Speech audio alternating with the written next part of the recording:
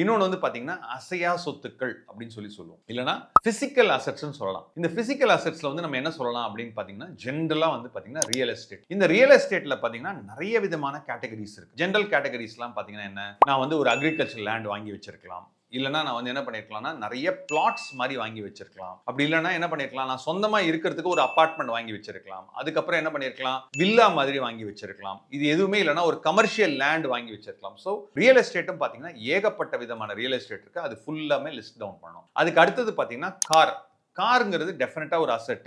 வருஷம் அதனுடைய காரினுடைய வேல்யூ வந்து ஒரு டெப்ரிஷியேட்டிங் அசெட்னால அது கீழே போகும். இன்னைக்கு என்ன விலை போகும் அப்படிங்கிறதையும் நீங்க வந்து பார்த்துக்கணும். அதே மாதிரி கோல்டு, தங்கமும் வெள்ளியும் வந்து நீங்க என்ன பண்ணலாம்னா ஒரு மாதிரி பிசிக்கல் அசெட்ஸ்ல நீங்க அதை வந்து ஆட் பண்ணிக்கலாம். ஸோ இதனால வந்து இப்போ என்ன பண்ணுறோம்னா நம்ம வந்து அசெட்ஸ் மட்டும் ஒரு லிஸ்ட் போட்டு இன்னைக்கு இருக்கிற உங்களுடைய டோட்டல் அசெட்ஸ் எவ்வளவு அப்படின்னு. ஸோ சார் இதுல வந்து நான் வந்து ஒரு வீடு வாங்கியிருக்கேன், அது வந்து நான் வந்து கடன்ல வாங்கியிருக்கேன், அப்ப நான் என்ன அமௌண்ட் போடணும், அதாவது ஃபுல் அமௌண்ட் போடணுமா மைனஸ் பண்ணணுமா அப்படின்னு கேட்டீங்கன்னா நான் ஜென்ரலா சொல்றது வந்து என்னன்னா அசெட்ஸ்ல வந்து இன்னைக்கு அந்த வீடை வித்தீங்கன்னா எவ்வளவு வரும். ஸோ அதனால வந்து எவ்வளவு கடன் இருக்கு அப்படிங்கிறத பார்க்காதீங்க. கடன் இருக்கிறது வந்து லயபிலிட்டிஸ்னு ஒரு செக்ஷன் இருக்கு, அடுத்த செக்ஷன் இருக்கு, நீங்க அந்த செக்ஷனுக்கு கொண்டு போயிடலாம்.